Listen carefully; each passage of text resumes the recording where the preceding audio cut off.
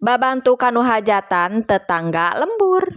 Nah jadi caritana poe ieu mah aing neuk babantu jeung oyot sinyah dak atuh heueuh. Jadi lembur aing mah lamun aya nu nek hajatan kudu babantu, henteu kudu-kudu amat sih atungeun pada dasarna mah pan nya amun urang hayang dibantuan pan meureun kudu babantu. Atuh heueuh jai urang telok mah atuh batur ge hulap meureun kanu urang emang nage ai tukang masak mah dak di dieu ge sok nyewa teh nyewa nyaheun ai nu lain-lainna mah jiga atuh marud atawa motongan naon bae lah sayuran apan meureun henteu kahandle kudu tukang masak doang mah jadi kudu ku warga negara Indonesia. Tah di dieu ge mulai marud soalna di tempat aing mah dak lamun hajat nu kueh paling utama nu dijieun uli haju ge wajik nu bangsa pake-pake kalapa. Teh nya honyah eta kueh wajik wajib meureun nya di setiap hajatan soalna selalu aya di aing mah ngeun teh nya honyah atuh meureun palengkap bae daripada tah mah meureun kabeh meuli pan eueuh ciri khas kampungna teh ya. Padahal mah sedikit ribet nyieun wajik mangen atuh ai kulobaan mah henteu karasa marud kalapa ge pan nya ai lobaan mah tereh kaanggeus. Atuh heuh lamun ku sorangan manating ti olabna ngukur kalapa ai marud kalapa sakitu kulobana. Ai tah mah pan doang kieu nya bari surungah siringih beh teu kebal-kebal anggeus deui. Kumaha ieu di tempat nu lain kira-kira sok loba nu babantu apa sagala serba meuli bae. Emangna ge simpel mah simpel meuli sagala ge ngeun ieu mah wajik emang aya beulieun ja meureun eueuh nya. Ja telok manggih eta mah padagang wajik lengkap mamana ge di tempat dari aya beulieun tah eueuh.